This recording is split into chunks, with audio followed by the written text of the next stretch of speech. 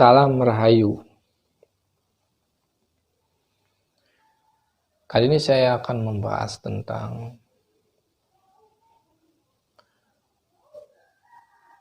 manusia-manusia kekal Nusantara. Kalau kita berbicara manusia kekal, maka pasti ini menjadi topik yang antagonis, ya. Perdebatan yang tidak berkesudahan. Perdebatan ini juga didasari oleh pengetahuan masing-masing yang berbeda, atau pengambilan pemahaman realitas ini karena masing-masing pihak memiliki perbedaan dari sumber bacaan yang berbeda. Sumber-sumber bacaan yang berbeda itu akan mempengaruhi pola berpikir seseorang di dalam memahami sebuah realitas. Kalau orang dalam hidupnya menggunakan satu bacaan cerpen, ya, dia akan berpikir dengan model gaya cerpen. Kalau orang itu dalam hidupnya tiap hari mengadopsi pemikiran saintis, maka orang tersebut akan terpolarisasi dengan cara berpikir yang saintis.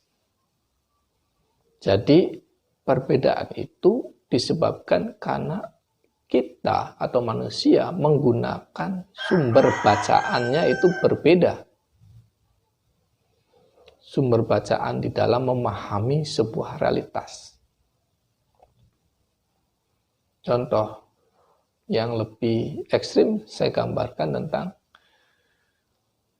ada orang yang memandang bahwa bumi itu bulat, ada orang yang memandang bumi itu datar. Mengapa ada perbedaan penjelasan tentang bentuk bumi? Itu disebabkan karena sumber bacaan manusia itu berbeda. Sumber bacaan yang berbeda itu dikarenakan cara mendidiknya itu berbeda dari orang tua kita. Yang mendidik anak-anak aja berbeda. Oleh karena itu, dari konteks atau pemahaman abstraksi seperti ini, kita bisa menarik pelajaran untuk para orang tua bagaimana cara mendidik anak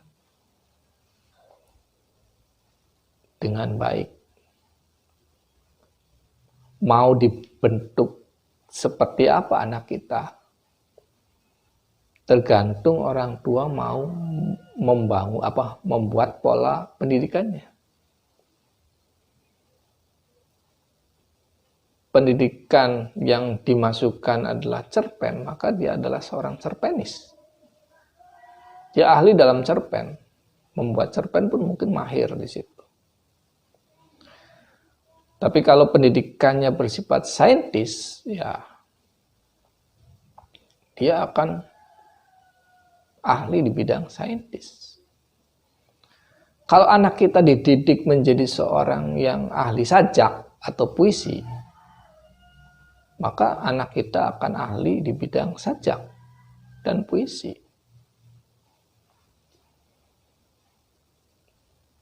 Ahli menghafal sajak atau puisi. Itu adalah konsekuensi dari bagaimana orang tua mendidik. Namun jangan kemudian orang yang ahli sajak ini mau menjelaskan saintis. Atau saintis disuruh membuat sajak atau puisi, ya nggak bisa. Karena bukan keahliannya, masing-masing memiliki keahlian yang berbeda.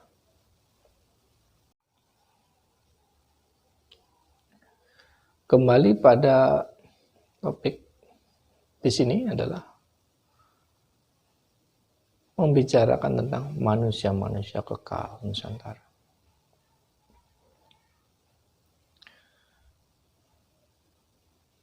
Banyak orang memang membincangkan tentang apakah benar bahwa di bumi Nusantara ini dihuni juga ada manusia-manusia yang bersifat kekal. Walaupun kategori kekal ini menjadi perdebatan. Apakah kekal bersamaan dengan hancurnya alam semesta? Karena alam semesta sendiri dianggap tidak kekal. Suatu saat akan kiamat, suatu saat akan hancur, dan sebagainya. Kekalnya itu mau sampai berapa lama?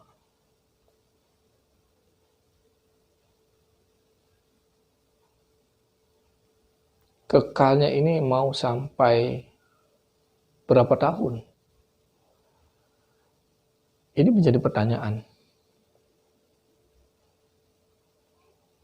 Karena kita melihat memang secara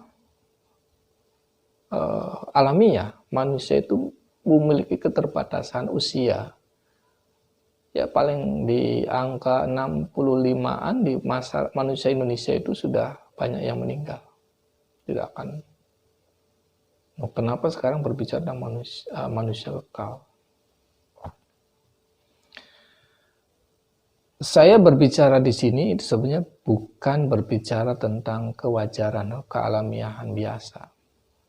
Ada fenomena yang mungkin dianggap tidak wajar atau dianggap fenomena yang cukup pelik untuk diungkap di publik tentang manusia-manusia kekal di Nusantara. Walaupun sebetulnya kita sudah menyaksikan kejadian-kejadian yang sebenarnya tidak masuk akal.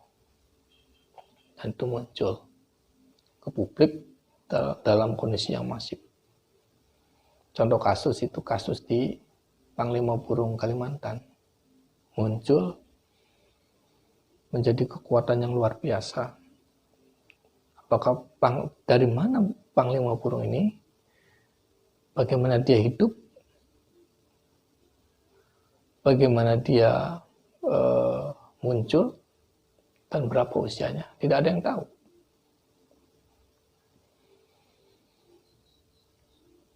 Dan penjelasan yang seperti ini tidak bisa dijelaskan karena pembuktiannya sangat sulit. Pembuktian yang bersifat ilmiah tentunya ya.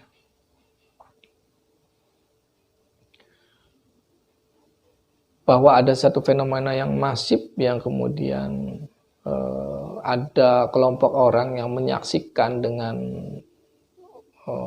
mata kepala sendiri, katakanlah seperti itu. Dalam batas rentang tertentu orang-orang yang menyaksikan itu kan kemudian meninggal. Dan cerita itu ya dianggap mitos, mitologi. Itu yang terjadi. Mengapa mitologi itu muncul atau menjadi penjelasan sesuatu fenomena yang tidak bisa kontinum atau terus-menerus untuk diuji validasinya. Fenomena manusia-manusia kekal di Nusantara itu memang kebanyakan disaksikan oleh segelintir orang dan ini bersifat subjektif. Fenomena-fenomena seperti ini. Kenapa manusia Indonesia tidak mempercayai tentang adanya manusia-manusia kekal di Nusantara? Sementara ketika Anda membuka kitab atau membuka teks-teks doktrin tertentu, Anda meyakini tentang cerita Ashabul Kahfi. Ini juga sebetulnya menjadi sesuatu yang tidak adil atau sebenarnya kita hanya membatasi kepercayaan hal-hal yang luar biasa itu hanya pada satu penjelasan tertentu atau kalau memang sumbernya dari doktrin tertentu, katakanlah seperti itu. Padahal doktrin tertentu juga tidak menjelaskan bahwa itu hanya itu. Kejadian tentang 7 orang abadi di gua itu hanya itu. Yang lainnya tidak ada, tidak menjelaskan itu.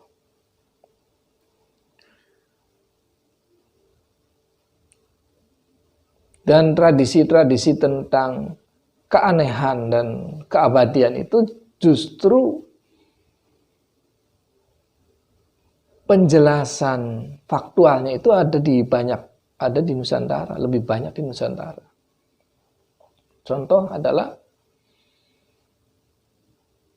peristiwa tentang kemoksaan raja-raja di tanah Jawa. Itu bukan isapan jempol.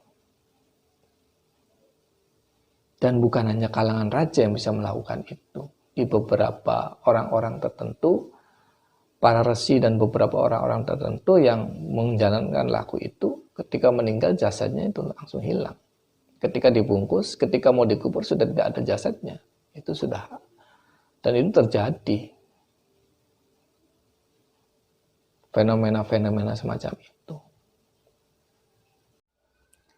Di sini saya sebenarnya ingin mengungkap sedikit, membuka misteri, walaupun di beberapa daerah juga mungkin ada.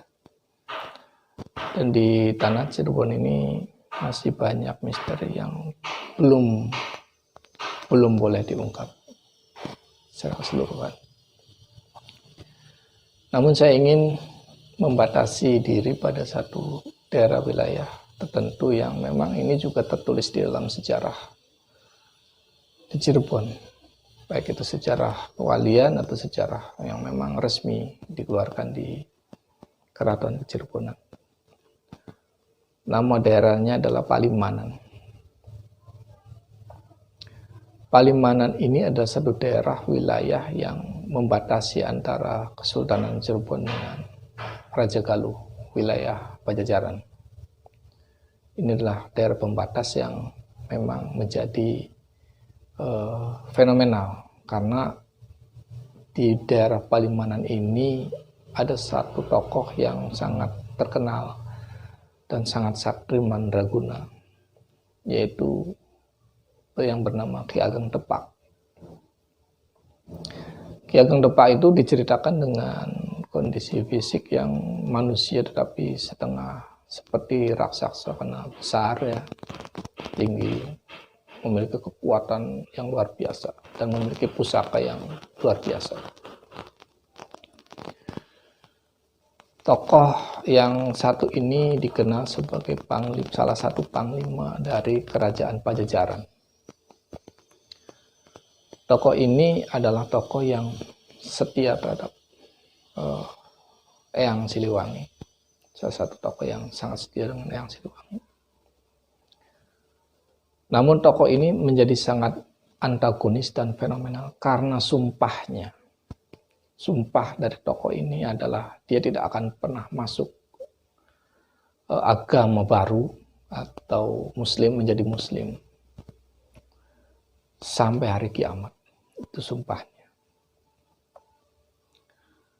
Dan memang tokoh ini tidak bisa dikalahkan oleh gede-gede manapun di wilayah Cirebon. Bahkan para wali pun tidak mampu menandingi kesaktian dari tokoh Ki Ageng Depak. Ya mungkin yang hanya bisa menandingi itu adalah Pangeran Cakrabuana atau anaknya Prabu Siliwangi sendiri. Namun hal itu tidak pernah terjadi di dalam pertempuran ideologis, katakanlah seperti, karena di dalam penyebaran ajaran keagamaan Islam, katakanlah Islam itu sebenarnya sebuah istilah yang dikembangkan kalau saya melihat sih di tanah Jawa atau di Nusantara, karena untuk di dunia itu bukan istilah Islam tetapi Muslim. Saya tidak begitu mendalami mengapa kemudian Muslim berubah menjadi Islam di Indonesia. Karena beberapa tokoh-tokoh lama, katakanlah para resi pun sebetulnya mereka mengakui sebagai ajaran Islam adalah ajaran keselamatan secara universal, katakanlah, bukan dalam kategori dalam tanda kutip sebagai agama kelompok atau agama yang dikonotasikan menjadi agama yang hanya bersumber dari Timur Tengah, tetapi Islam di sini adalah agama yang memang secara universal juga diajarkan oleh para resi dan sebagainya dalam membangun prinsip-prinsip kebaikan, keselamatan dan sebagainya yang tidak bekerja sama dengan kelompok hitam atau kelompok yang mempraktekkan ritual-ritual yang bersifat angkara murka, katakanlah seperti itu. Ya, kalau dulu itu penerjemahannya itu kelompok kegelapan itulah kelompok angkara murka karena mengedepankan sisi emosi, sisi ketamakan, mengagungkan sisi kesenangan duniawi yang berlebihan dan sebagainya. Itu adalah angkara murka yang proses-proses pencapaiannya itu kadang-kadang membumi hanguskan kelompok lain atau memaksa dengan cara memaksa karena kekuatan dan sebagainya. Itu kelompok-kelompok angkara murka seperti itu. Nah, tidak pernah terjadi bahwa kemudian yang Mahku Cirebon atau Pangeran Cakrabuana itu kemudian harus bertarung dengan Ki Ageng Tepak karena memang tahu bahwa itu adalah pendamping setianya Prabu Siliwangi yang memiliki kekuatan yang sangat luar biasa dan tutur atau praktek-praktek kekuatan yang luar biasa itu juga memang sampai saat ini diyakini dipercaya oleh masyarakat sekitar, termasuk di kecamatan-kecamatan lain di wilayah Cirebon, katakanlah Sultanan Cirebon. Kalau orang Palimanan katakanlah mengadakan hajatan dengan mengadakan tontonannya wayang kulit atau wayang golek atau sandiwara biasanya ya, tontonan-tontonan yang bersifat untuk khalayak, kesenangan khalayak, maka memang harus ada syarat untuk mempersembahkan yang namanya kecok. Kecok itu makanan daging mentah sama beberapa unsur lain lah yang kemudian itu menjadi makanan yang dianggap favorit oleh penguasa di wilayah Palimanan. Dan memang pada saat dulu sih memang ya sampai sekarang ada saja yang menjadi korban bila itu tidak dilakukan. Tidak dilakukan. Karena wilayah itu menjadi wilayah demarkasi atau kekuasaannya. Ini menjadi menarik karena ini tokoh antagonis, karena ternyata di dalam orang tua dulu itu tidak tidak mengusung perang itu untuk menundukkan satu kaum atau kelompok lain itu atas nama agama atau keyakinan, itu tidak dilakukan atau dilarang kita berperang kemudian harus karena alasan agama, alasan ideologi, alasan kepercayaan, karena berlawanan, karena kelompok lain itu berlawanan kepercayaan dengan kita, maka kita berperang, itu dilarang sama sekali. Ada satu penghormatan yang walaupun sudah bersumpah bahwa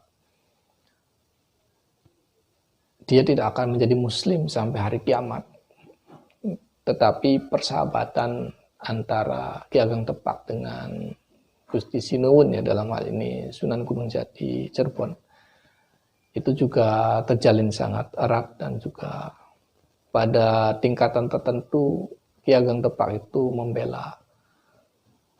bersedia membela Cirebon kalau ada masalah. Ini satu bentuk menurut saya itu adalah satu kisah yang harus diresapi oleh masyarakat Cirebon dan juga Nusantara khususnya, pada umumnya ya. Bahwa hubungan kemanusiaan kita dengan siapapun ya, itu harus berjalan dengan normal dan juga harus berjalan dengan baik walaupun berbeda keyakinan. Orang dihukum itu karena memang dia melakukan tindakan-tindakan kriminal, tindakan-tindakan yang bersifat tidak berperi kemanusiaan, yang melanggar batas-batas kemanusiaan, yang memang harus ditindak.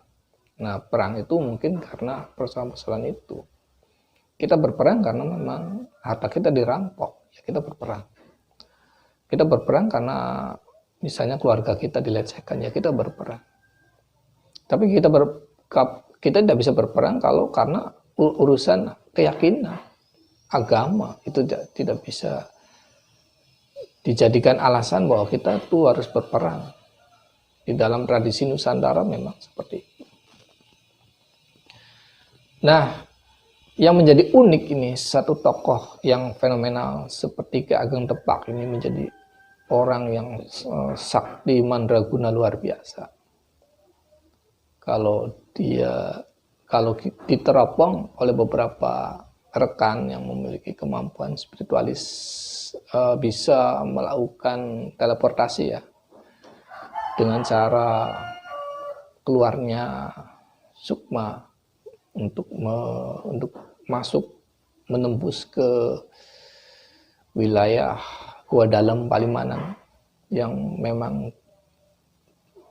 di banyak kalangan di sekitar situ dianggap sakral ya, karena memang tidak ada yang berani untuk memasuki sampai dalam dan sampai ke belakang wilayah Gua Dalam. Itu juga daerah yang kalau dalam kacamata kasat mata ya merupakan daerah hutan belantara yang tidak berpenghuni.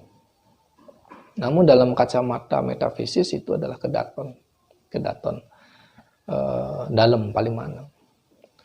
Dan